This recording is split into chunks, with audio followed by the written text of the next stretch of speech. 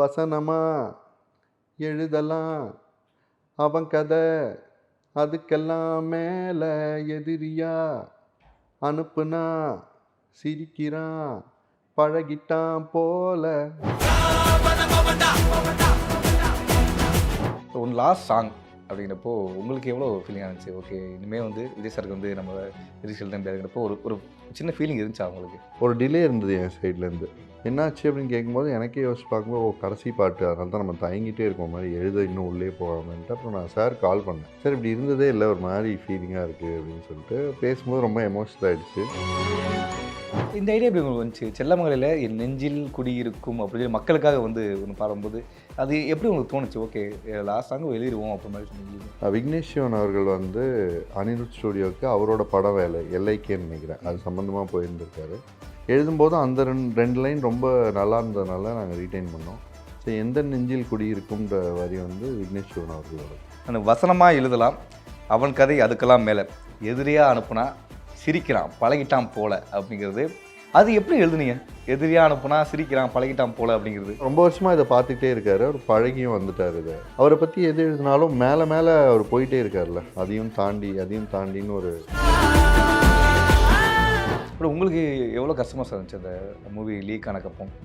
ரொம்ப பெரிய உழைப்பு இல்லை, நிறைய பேரோட உழைப்பு இல்லை. உதாரணத்துக்கு ஹெச்வினோ சார்கிட்ட நான் அன்னைக்கு ஃபோன் பண்ணி பேசினேன், கவலைப்படாதீங்க அப்படின்னு சொல்லும்போது என்கிட்டே ஒரு ஃபோனில் எழுதாரு. Max Gold, cash for gold. Call 044 4545 4545. Holidays nale adu namma GT Holidays da. GT Holidays, South India's #1 travel brand. Dr. Srivarma's Wellness Guruji ஆயுர்வேத மருத்துவ முகாமில் பங்கு பெற 9500946634 என்ற எண்ணை தொடர்பு கொள்ளவும். கலாட்டா தமிழர்களுக்கு வணக்கம். இப்போ நம்ம கூட யார் இருக்கா அப்படின்னு பார்த்தீங்கன்னா, அதாவது சோசியல் மீடியாவில் இவரோட லிரிக்ஸ் வந்து தாண்டாமல் எதுவுமே வந்து ரீல்ஸ் வந்து அப்லோட் ஆகாது. அது வந்து தமிழ்நாட்டில் இருக்கிற எல்லாருமே வந்து இவரோட லிரிக்ஸ் இல்லாமல் வந்து ஒரு நாள் கடக்க முடியாது. அப்படிப்பட்ட ஒரு லிரிக்ஸாக வந்திருக்காரு. லிரிக்ஸ் விவேக் சார் நம்ம கூட இருக்காரு. வணக்கம் சார். வணக்கம். வணக்கம் சார். சார், அதாவது உங்களுக்கு வந்து ஒரு இலுமினாட்டின்னு சொல்கிறாங்க சார் எல்லாருமே. ஏன்னா வந்து இப்போ நடக்க போகிறத நீங்கள் முன்னாடியே வந்து ஒரு லிரிக்ஸாக வந்து போட்டிருக்கீங்க அப்படின்னு, ஆளப்போகிறான் தமிழில் உலகம் எல்லாமே அப்படின்னு சொல்லி போட்டிருந்தீங்க. அதே மாதிரி இப்போ நடந்துகிட்டு இருக்கு அப்படிங்கிறப்போ, அதுக்கப்புறம் ராவண மவன்டா, அதாவது எதிரியாக அனுப்புனா சிரிக்கிறான் பாரு, அந்த மாதிரிலாம் போட்டிருக்கீங்க. இதாவது விஜய் சாருக்கு மெனக்கெட்டு பண்ணதா சார் இந்த லிரிக்ஸ் எல்லாமே வந்து? மோஸ்ட்லி அதில் எந்த ஸ்டார் இருக்காங்களோ அவங்களுக்கு ஒரு வேல்யூ இருக்கும்ல, அதை ஒட்டி எழுதணும்னு நினைப்போம்ல. நம்ம எழுதி நடக்குதுங்கிறத விட அந்த பாதையை அவங்க ஆல்ரெடி எடுத்துட்டாங்க, அதை நோக்கி தான் அவங்க போயிட்டுருக்காங்க. அதில் நம்மளும் எப்படி வேல்யூ சேர்க்க முடியும்னு யோசிச்சு எழுதுறது தான். இப்போ இந்த ஆளப்போகிறான் தமிழ், நான் ஃபஸ்ட்லேருந்து வரேன், நான் உங்களுடைய இன்புட் அங்கேருந்து இருக்குது. அப்படிப்போ ஆளப்போகிறான் தமிழ் அப்படிங்கிறப்போ உங்களுக்கு எப்போ தோணுச்சு ஓகே நம்ம இதை எழுதுவோம் ஆளப்போகிறான் தமிழன் அப்படிங்கிறது? அப்போ ஜல்லிக்கட்டு விஷயம் ஓகே, சரி விஜய் சாருக்கு இதை பொருத்தலாம் அப்படிங்கிற ஒரு தாட் எப்படி வந்துச்சு? அது ரமன் சார் ஸ்டூடியோவில் உட்காந்துருந்தோம். இப்போ நானும் அட்லி அவர்களும் டிஸ்கஸ் பண்ணிகிட்டு இருந்தோம். அப்போது ஒரு ஸ்டாருக்கு ஒரு பெரிய சொற்களாக போய் நிற்கணும், இன்றைக்கி உள்ள தமிழ் சூழலுக்கும் சமூகத்துக்கும் பொருந்தணும், ஒரு ஒட்டுமொத்த தமிழர்களும் கொண்டாடுற ஒரு பாடலாகவும் அது இருக்கணும், அந்த தமிழ் மொழியை செலிப்ரேட் பண்ணுற நேர்மையும் அதுக்குள்ளே இருக்கணும். இதெல்லாம் சேர்ந்து என்னவாக இருக்க முடியும் அப்படிங்கிறப்போ ஸோ ஆலப்புறம் தமிழ் அப்படிங்கிற வரி வந்து வேணும். இப்போ அப்போ வந்து சிஎம் ஜோசப் விஜயன் அப்படின்னு சொல்லும்போது ராவண மவுண்டா எந்த அளவுக்கு வந்து ரீல்ஸ் போட்டாங்க தவிர இந்த ஆலப்புறம் தமிழனும் வந்து போட்டாங்க. இப்போ ஒரு லிரிசிஸ்டாக உங்களுக்கு எவ்வளோ ஹாப்பியாக இருந்துச்சு? ஓகே, இந்த சாங் வந்து அவருக்கு கரெக்டாக ஆப்டாக பொருந்தது, என்னன்னா எல்லாரும் கொண்டாடுறாங்க அப்படிங்கிறப்போ ஒரு லிரிசிஸ்டாக உங்களுக்கு எவ்வளோ இருந்துச்சு? ஒரு படைப்பாளியாக வந்து ஒரு படைப்பை கொடுத்துட்டோம், அது எல்லாரும் கொண்டாடுறாங்கிறப்போ எவ்வளோ ஹாப்பியாக இருந்துச்சு உங்களுக்கு? உச்சபட்ச மகிழ்ச்சி தாங்க. ஏன்னா அதுலேருந்து ஒரு பெரிய ட்ராவல் அவரோட, பல வருஷங்கள் அவரோட ஒர்க் பண்ணி பல பாடல்கள் அது கூட சேர்ந்து வந்து ஈவன் எலெக்ஷன் பாடல்கள் வரைக்கும் சேர்ந்து வந்து அது கடைசியாக நம்ம கண் முன்னாடி நடக்கிற மொமெண்ட்டை நம்ம அங்கேயே உட்காந்து பார்க்குறது வந்து பயங்கரமான ஒரு மொமெண்ட்டாக இருந்தது. அது எக்ஸ்ட்ராடினரி மொமெண்ட், அது லைஃப்பில் மறக்க முடியாத ஒரு மொமெண்ட். இப்போ ஒன் லாஸ்ட் சாங் அப்படிங்கிறப்போ உங்களுக்கு எவ்வளோ ஃபீலிங்காக இருந்துச்சு? ஓகே, இனிமேல் வந்து விஜய் சாருக்கு வந்து நம்ம லிரிக்ஸ் எழுத முடியாதுங்கிறப்போ ஒரு ஒரு சின்ன ஃபீலிங் இருந்துச்சா உங்களுக்கு? ஆமாம் இருந்தது. அப்போது வந்து அது லாஸ்ட் சாங் நான் நினச்சேன், ஒரு பேரே வரலாறு, அதுதான் ஃபஸ்ட்டு வந்தது அந்த படத்துலேருந்து. அதுக்கப்புறம் 4 பாட்டு எழுதினேன், மொத்தமாக 5 பாட்டு. அதுக்கப்புறம் அது வரப்போகுதுன்னு எனக்கு தெரியாது, அதுதான் கடைசி பாட்டுன்னு நினச்சி ஒரு டிலே இருந்தது என் சைட்லேருந்து. என்னாச்சு அப்படின்னு கேட்கும்போது எனக்கே யோசிச்சு பார்க்கும்போது கடைசி பாட்டு அதனால தான் நம்ம தயங்கிட்டே இருக்கோம் மாதிரி எழுத இன்னும் உள்ளே போகாமன்ட்டு. அப்புறம் நான் சார் கால் பண்ணேன், சார் இப்படி இருந்ததே இல்லை, ஒரு மாதிரி ஃபீலிங்காக இருக்குது அப்படின்னு சொல்லிட்டு பேசும்போது ரொம்ப எமோஷ்னல் ஆகிடுச்சு. ஒரு மாதிரி ரொம்ப எமோஷ்னல் ஆனோடனே சாரே சொன்னாங்க, சரி ரொம்ப எமோஷ்னல் ஆகிடாத வேணாம், அப்படின்னு சொல்லிட்டு, "நீ தொடர்ந்து என் கூட தான் இருப்ப, நீ எழுதுவேன்ற" மாதிரி சொன்னாங்க. அதே மாதிரி பார்த்தா இப்போது போஸ்ட் அவர் சிஎம் ஆனதுக்கு அப்புறமும் இப்போ நாங்கள் 2 பாடல் பண்ணோம். இந்த சிங்கப்பெண் படை, அதிரடி படை ஒன்று பண்ணியிருந்தாங்க. அப்புறம் போதை எதிர்ப்புக்கு ஒரு பாட்டு பண்ணோம். ஸோ தொடர்ந்து எழுதிட்டு தான் இருக்கோம். கடைசி பாடல் நினச்சோம், ஆனால் தொடர்ந்துட்டே இருக்கு. அது வந்து செல்ல மகளே சாங் வந்து அந்த லிரிக்ஸ் கேட்டு விஜய் சாரோட ஃபேன்ஸ் எல்லாருமே வந்து அழுது வந்து செல்ல மகளே வந்து லாஸ்ட் அந்த பிட்டு அவர் ரசிகருக்காக பாடினது அப்படிங்கிறப்போ உங்களுக்கு எப்படி இருந்துச்சு? ஓகே இதெல்லாம் கேட்பாங்க, இந்த இடத்துல வந்து கண்டிப்பாக வந்து எமோட் ஆவாங்க, இல்லை அவரே எமோட் ஆகி இந்த லிரிக்ஸை வந்து பாடுவார்னு நினச்சிங்களா நீங்கள்? இல்லை, சார் தான் பாட போகிறாங்கன்னு அப்போ எனக்கு தெரியாது. ஸோ பாடினப்போ கேட்கும்போது ஸ்பெஷலாக இருந்தது. ஏன்னா அவரோட சிங்கிங் எனக்கு ரொம்ப ரொம்ப பிடிக்கும். ஈவன் எந்த மாதிரி சாங்காக இருந்தாலும் அதுக்கோட உணர்வோடையே பாடிடுவார். அது ரொம்ப ஒரு குத்துப்பாட்டாக இருந்தாலும் சரி, இல்லை ஒரு என்னோட லைலா மாதிரி ஒரு க்யூட் சாங்காக இருந்தாலும் சரி, இல்லை ஒரு ஃபீல் பண்ணுற செல்ல மகனை மாதிரி பாட்டாக இருந்தாலும் சரி. ஸோ அவர் பாடி அவர் வாய்ஸில் கேட்கும்போது சூப்பராக இருந்தது. அண்ட் அவரோட ரெக்கார்டிங்ஸுமே கூட இருந்து பார்த்துருக்கேன் அவர் பாடினதெல்லாம். வேறு சில படங்களில் இப்போ வெறித்தனம் மாதிரி பாட்டுலலாம். ஸோ அது அவர் வாய்ஸ் எனக்கு ரொம்ப பிடிக்குங்கிறனால ரொம்ப ஹாப்பியாக இருந்தது கேட்குறது. இப்போ இந்த ஐடியா எப்படி உங்களுக்கு வந்துச்சு? செல்ல மகளில் என் நெஞ்சில் குடியிருக்கும் அப்படின்னு சொல்லி மக்களுக்காக வந்து ஒன்று பாடும்போது அது எப்படி உங்களுக்கு தோணுச்சு? ஓகே லாஸ்ட் சாங் எழுதிடுவோம் அப்படி மாதிரி சொன்னீங்க. விக்னேஷ் சிவன் அவர்கள் வந்து அனிருத் ஸ்டுடியோவுக்கு அவரோட பட வேலை எல்ஐகேன்னு நினைக்கிறேன், அது சம்மந்தமாக போயிருந்திருக்காரு. போகும்போது ஒரு இதான் டியூனு, இதான் சுச்சுவேஷன் அவங்க பேசும்போது அவங்க ஃப்ரெண்ட்ஸ் இல்லை ரொம்ப, அனிருத் பிரதரும் அவரும்.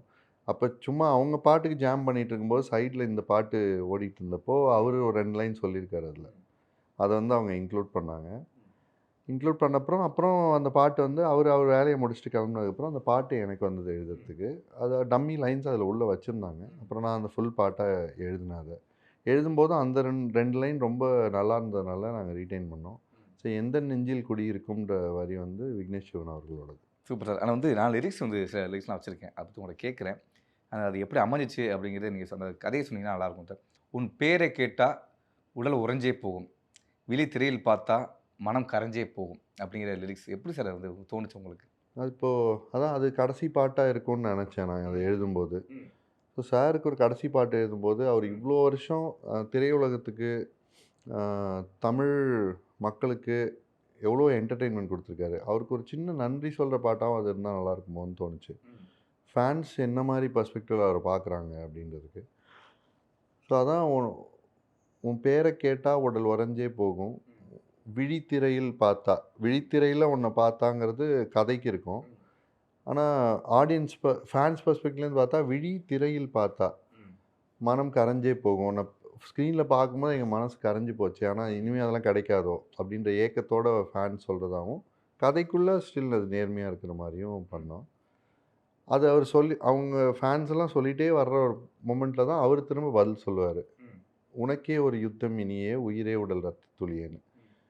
டோன்ட் வரி, உனக்கான ஃபைட்டு தான் நான் பண்ண போகிறேன், ஒரு பெரிய ஜேர்னியை கையில் எடுக்க போகிறேன், ஒரு பொலிட்டிக்கல் ஜேர்னி அப்படின்றது மறைமுகமாக பாட்டில் இருக்கிற மாதிரி பண்ணோம். பட் இப்போ விஜய் சார்னு சொன்னாங்களா, இனிமேல் பொலிட்டிக்கல் என்ட்ரி ஆக போகிறோம், அது வந்து கொஞ்சம் பொலிட்டிக்கல் கலந்து எழுதுங்க அப்படின்னு மாதிரி ஏதாவது சொன்னாங்களா? இல்லை இல்லை உங்களுக்கே தோணுச்சா ஓகே நேரம் ஃபியூச்சரில் நடக்கலாம் அப்படின்ட்டு? இல்லை, சூழல் ஒன்று இருக்குல்ல, படத்தில் வர சூழல் வந்து மக்கள் வந்து ஒரு முக்கியமான சூழலில் தான் தலைவனை கொண்டாடுற மாதிரி ஒரு பாடல் அது.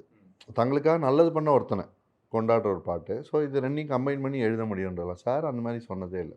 என்றைக்குமே எனக்காக ஒரு லைன் எழுது, இல்லை இப்படி லிரிக்ஸ் வை, இல்லை இப்படி பண்ணலான்ற ஒரு நாள் கூட சொன்னதில்லை.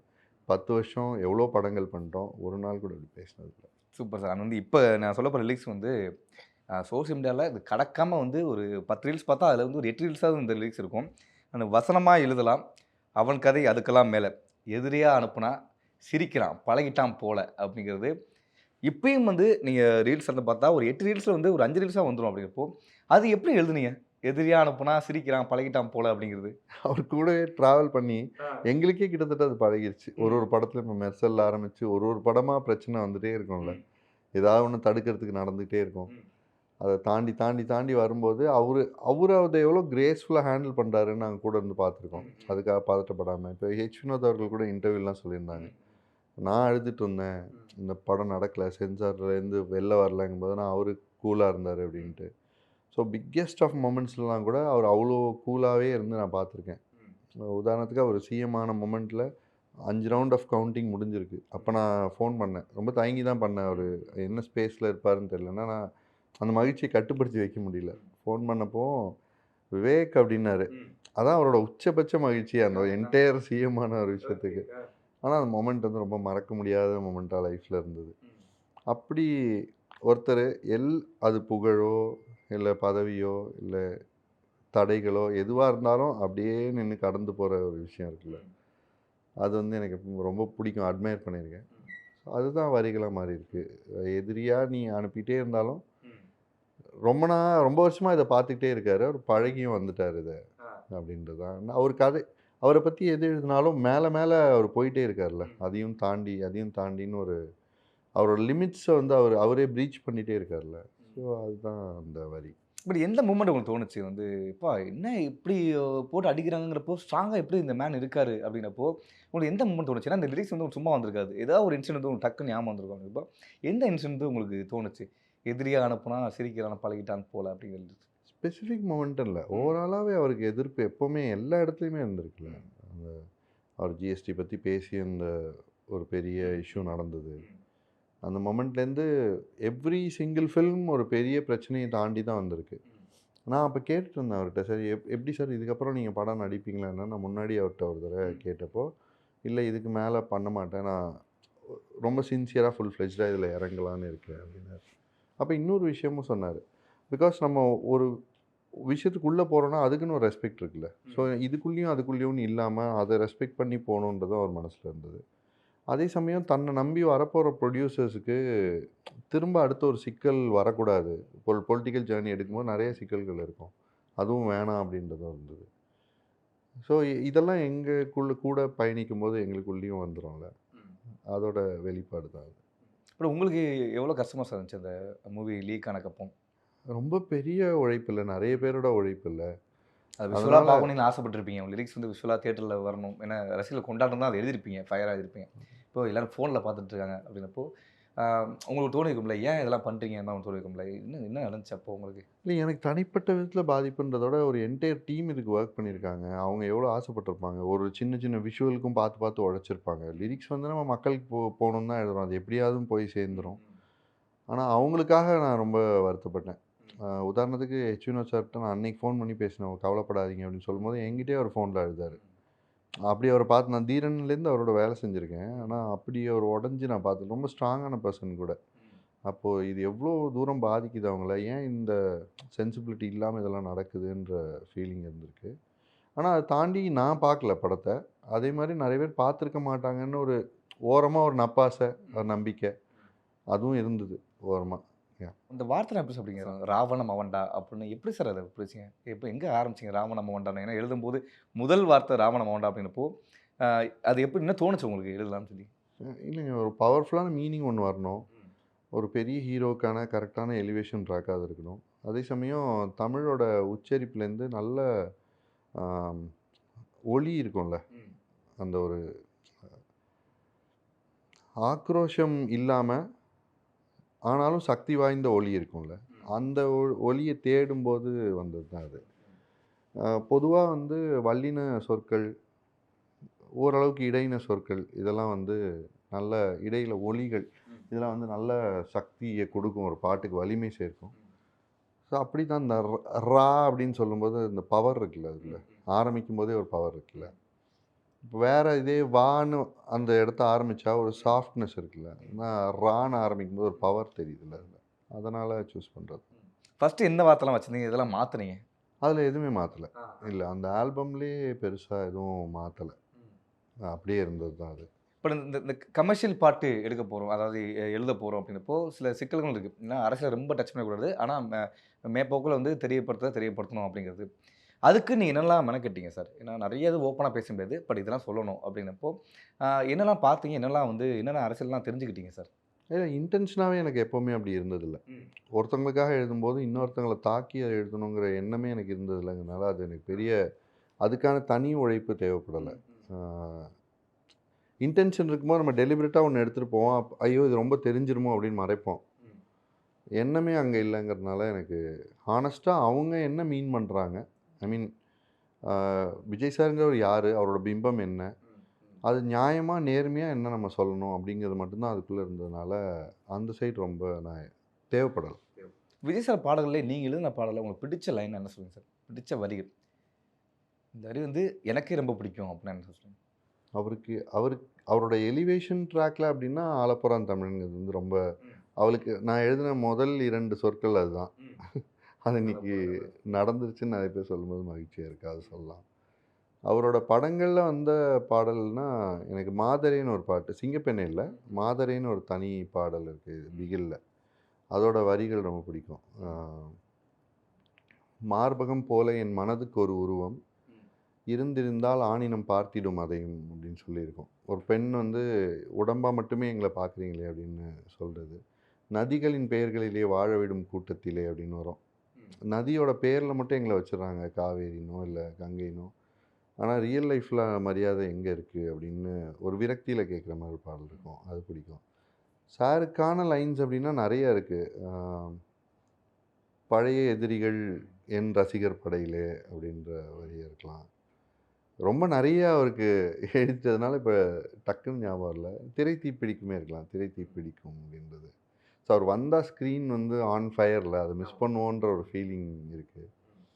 அப்புறம் இப்போ ஒரு எமோஷ்னல் சாங் ஒன்று பண்ணோம் ஆடியோ லான்ச்சுக்காக, உள்ள ஒளிச்ச உயிரே என்ன பிரியாதிரு நீ அப்படின்ட்டு. அது அவரோட அந்த அந்த சினிமாலேருந்து ஒரு அடுத்த கட்டத்துக்கு நகர்ற ஒரு இடத்துல ரொம்ப எமோஷ்னலான ஒரு சாங்காக இருக்குது. அது எனக்கு பிடிக்கும். சார் அவங்க மலேசியாவில் நீங்கள் வந்து நீங்களாம் பாடினீங்க, உங்களுக்கு எவ்வளோ எமோட் ஆயிருந்துச்சு? ஐயோ இதுதான் ஆடியோ லாஸ்ட் ஆடியோ லான்ச்சா? ஏன்னா ஒவ்வொரு ஆடியன்ஸ்லையும் உங்கள் ஒரு ஸ்பீச்சிங் இருக்கும். அப்படிங்கப்போ விஜய் சாருக்கா இதான் ஆடியோ லாஸ்ட் ஆடியோ லான்ச்சாங்கிற ஒரு ஃபீலிங் இருந்துச்சா உங்களுக்கு? இருந்ததுங்க, கண்டிப்பாக இருந்தது. ஆனால் தான் அந்த எமோஷன் எல்லாமே நான் அதுக்கு முன்னாடியே சாரோட அந்த ஃபோன் கால்லேயே வந்து கொட்டியாச்சு அந்த எமோஷன்லாம். அதனால் அதை கடந்து வந்துட்டோம். ஓகே, இதுதான் ரியாலிட்டின்னு புரிய ஆரம்பிச்சிருச்சு. ஸ்டில் அது எப்போவுமே மிஸ் பண்ணுவோம். அந்த ஆடியோ லான்ச் வந்து ஒரு ஆடியோ லான்ச்லேயும் அந்த ஆரா எனர்ஜி, ஃபேன்ஸோட கொண்டாட்டம், செலிப்ரேஷன் இதெல்லாம் பார்த்து வந்துட்டோம்ல. அப்போ அது ஆப்வியஸாக மிஸ் பண்ணுவோம். ரொம்ப மிஸ் பண்ணுறீங்க சார். ரீசெண்டாக மீட் பண்ண கூட வந்தீங்க அப்படிங்கிறப்ப என்ன சொன்னார் மீட் பண்ணும்போது? விஜய் சாரை மீட் பண்ணும்போது சார் மீட் அழகான போட்டோ ஃப்ரேம்லாம் கொடுத்துருந்தீங்க அவ்வளோ அழகா. சொல்லுங்கள் என்ன சொன்னார் அவர்? அவர் ரொம்ப ஸ்வீட்டு. ஆனால் அவர் எவ்வளோ வருஷ உழைப்போட பலன் அவருக்கு இந்த பதவின்றது. மக்களோட அவர் வச்சிருந்த கனெக்ட் ஒரு சின்ன சின்ன விஷயத்துலையும், அது வந்து ஒரு டான்ஸாக இருக்கலாம், ஒரு சின்ன ரியாக்ஷனாக இருக்கலாம், அவர் சூஸ் பண்ண கதைகளாக இருக்கலாம், மக்களோட கனெக்டடாக இருக்கணுங்கிறதுக்கு அவர் போட்ட ஒரு 30 வருஷ உழைப்பு. அது 35 வருஷ உழைப்பு. அதை தாண்டி அவரோட ரசிகர் மன்றங்கள், அந்த மன்றம் வந்து நற்பணி மன்றமாக மாறினது, அதுக்கு பின்னாடி பெரிய ஸ்ட்ரக்சர் இதெல்லாம் இருக்குது. அதெல்லாம் தாண்டி ஒருத்தருக்கு மனசார கிரெடிட் கொடுக்கணும்னு நினைக்கணும்ல, அது வந்து ரொம்ப ஸ்பெஷலாக பார்த்தேன் நான். உள்ளே போனோடனே இந்த கவர்மெண்ட் அமைஞ்சதுக்கு பாதி காரணம் உங்கள் லிரிக்ஸ்பா அப்படின்னாரு. அது வந்து கேட்குறதுக்கே அப்படி ரொம்ப ஒரு பெரிய ஸ்டேட்மெண்ட் அது. ஆமாம் சார். Okay okay. பட் நான் அதை வந்து லிட்ரலாக அப்படியே எடுத்துக்கல. அவர் அந்த மீனிங்கில் நானும் அதை புரிஞ்சுக்கல. இது இந்த ப்ராசஸில் உன்னோட பங்களிப்பு ரொம்ப இம்பார்ட்டன்ட்னு அவர் என்னை உணர வைக்கிறதுக்காக அன்போட மிகுதியில் அவர் சொன்னது தான். அப்படி தான் நான் அதை உணர்றேன். பட் நான் அதான் அவர் சார்கிட்ட திரும்ப சொன்னதும் அதான், நான் எழுத வர்றதுக்கு முன்னாடியே கில்லி, போக்கிரி, துப்பாக்கிலாம் வந்துருச்சு. ஸோ அப்போவே அவர் வந்து ஒரு இமாலய ஸ்டார். எனக்கு ஒரு கிரெடிட்டை மனசார கொடுக்கணும்னு நினைக்கணும்ல, அது நினைக்கிறதுல வந்து அவர் அடிச்சிக்கவே முடியாது. அதில் நீங்கள் என்னைக்கு போய் எப்போ அவரை பார்த்தாலும், நீங்கள் ஒரு ரூமில் அவரோட உட்காந்துருக்கீங்க, நீங்கள் ஒன்று நினைப்பீங்கல்ல, இவரோட நம்ம இதை பேசினா நல்லாயிருக்கும்னோ, இல்லை அவர் நம்மக்கிட்ட இப்படி பேசினா நல்லாயிருக்கும்னு நினைப்பீங்கல்ல. அப்படி நினச்சி உள்ளே போன நீங்கள் டிசப்பாயிண்ட் ஆகி வெளில வர்றது நடக்கவே நடக்காது. அந்த மாதிரி நீங்கள் ஒரு ரூம்குள்ளே உட்காந்துட்டு அவரை சந்திக்க போனீங்கன்னா, அவர் இந்த அளவுக்கோ இல்லை இப்படியோ பேசிட்டா நமக்கு மனசு நிறைவாக இருக்கும் அப்படின்னு நீங்கள் நினைப்பீங்கள்ல, அது நடக்காமல் இருக்கவே இருக்காது. எவ்ரி சிங்கிள் டைம் நீங்கள் போனீங்கன்னா ஒரு மனிதராக உங்கள் உள்ளுணர்வு என்ன அப்படிங்கிறத புரிஞ்சுக்கிட்டு அதுக்கான ரியாக்ஷனை கொடுத்து வெளியே அனுப்புகிற ஒரு தன்மை இருக்குது அவர்கிட்ட. ஸோ அது வந்து நான் ரொம்ப மரியாதையோடு அந்த ஸ்டேட்மெண்ட்டை எடுத்துக்கிறேன். அதை நான் அப்படியே எடுத்துக்காமல் அதை மரியாதையோடு எடுத்துக்கிறேன். அவரும் என்ன மீன் பண்ணாருங்கிறது எனக்கு புரியுது. நீ ரொம்ப இம்பார்ட்டண்ட் இந்த ஜேர்னிலங்கிறது தான் அவர் மீன் பண்ணார். ஆனால் அது எனக்கு அதை நான் போடும்போதும் போஸ்ட்டாக போடும்போதுமே கூட அது எனக்கு ரொம்ப வரலாற்று பதிவு. வரலாற்றில் ஒரு தடவை நடக்கக்கூடிய விஷயம். ஏன்னா நீங்கள் யோசிச்சு பாருங்கள், இப்படி ஒரு நிகழ்வு வந்து தமிழ்நாட்டில் நடந்ததே கிடையாது. இதுக்கு முன்னாடி நடந்தப்போ கூட இந்த பர்சன்டேஜ் ஆஃப் ஓட் ஷேர்லாம் வரல. அப்படி ஒரு விக்ட்ரியை அவர் உழைப்பு மூலமாக அவர் வாங்கிட்டு அந்த கிரெடிட்டையும் கூட இருக்கிறவங்களுக்கு கொடுக்கணும்னு நினைக்கிறது வந்து அவரோட கிரேட்னஸ் தான் காட்டு. சரி, அதாவது இப்போ உங்களை பற்றி ஒரு கேள்வி வரும் சார். அதாவது தமிழ் மொழி, அதாவது தமிழ் கவிதை எழுதுறவங்க, இந்த இலக்கணம் பற்றி தெரிஞ்சவங்க எல்லாருமே வந்து அவங்களுக்கு ஒரு பிம்பம் இருக்கும் மைண்டில் வந்து. அவங்களாம் என்ன பண்ணுவாங்க, வேஸ்ட் சட்டையில் வருவாங்க, இல்லை வந்து ஒரு ஜிப்பால இருப்பாங்க, அப்படி மாதிரி நினச்சிட்டு இருக்கும். ஆனால் நீங்கள் வந்து எப்பவுமே வந்து உங்களுக்கு வெல் ட்ரெஸ்ஸாக வந்து இருந்துக்குது அண்ட் வந்து எப்பவுமே ஃப்ரீக்கி ஸ்டைலில் வந்து ட்ரெஸ் போடுறதுங்கிறப்போ யாராவது கேட்டிருக்காங்களா? அது நீங்கள் தான் விவேகா, நீங்கள் தான் இந்த பாட்டில் எழுதுறீங்க அப்படின்னு யாராவது கேட்டிருக்காங்களா? அப்படின்னு எனக்கு ட்ரெஸ்ஸுக்கும் எழுத்துக்கும் சம்மந்தமே இல்லைன்னு தோணுது. இல்லை அப்படி ஒரு மனப்பான்மை ஒன்று இருக்கும் இல்லைங்க சொசைட்டியில். என்ன இப்போ தமிழ் வார்த்தைனா இப்படி தான் இருக்கணும் அப்படிங்கிற மாதிரி ஒரு மனப்பான்மை இருக்கும்ல. அந்த மாதிரி யாராவது உங்களுக்கு கொஸ்டின் பண்ணியிருக்காங்களா கேட்குறேன். இல்லை, அதை நம்ம முன்னாடியே கடந்துட்டோம்னு நினைக்கிறேன். அப்படி யாரும் யோசிச்சதில்லை. யோசிச்சதில்லை. Super sir. ஆனால் வந்து எங்களுக்காக அந்த ஜனநாயகன் ஆடியோ லான்ச்சில் வந்து ஒரு பாட்டு பாடினீங்க. பாட்டோட சேர்த்து அவருக்காக ஒரு கவிதையை மட்டும் சொல்லிங்கன்னா நல்லாயிருக்கும். பாட்டு பாடிட்டு ஒரு கவிதை மட்டும் சொன்னீங்கன்னா. உள்ள ஒளிச்ச ஒளியே என்னை பிரியாதிருநீ, எங்கள் மனசில் எழுதி வச்சோம் அழியாதிருநீ, நெஞ்சம் சோர்வடைஞ்ச போது ஒரு துணையாக வந்தவனு நீ, கண்ணில் நீர் வடிஞ்ச போது ஒரு துணியாக வந்தவனு நீ, உள்ள ஒளிச்ச உயிரே என்னை பிரியாதிருநீ, எங்கள் மனசில் எழுதி வச்சோம் அழியாதிருநீ, நெஞ்சம் சோர்வடைஞ்ச போது ஒரு துணையா வந்த ஒளி நீ. சூப்பராக பாடுறீங்களே சார். நீங்கள் சார் பாடாதுங்கிறீங்க. சூப்பராக பாடுறீங்க சார். உங்களுக்கு வேற கொஞ்சம் கம்மியாக மியூசிக் சார் வேற இது மட்டும் அதாவது எதிரியாக அனுப்புகிறான், சிரிக்கிறான், பழகிட்டான் போல, இதை மட்டும் சொல்லுங்கள் சார் ப்ளீஸ் சார். அது பாடலாம். வசனமா எழுதலாம் அவன் கதை, அதுக்கெல்லாம் மேல எதிரியா அனுப்புனா சிரிக்கிறான், பழகிட்டான் போல. Max Gold, cash for gold. Call 044 4545 4545. Holidays nale adu namma GT Holidays da. GT Holidays, South India's #1 travel brand. Doctor ஸ்ரீவர்மாஸ் வெல்னஸ் குருஜி ஆயுர்வேத மருத்துவ முகாமில் பங்கு பெற 9500946634 என்ற எண்ணை தொடர்பு கொள்ளவும்.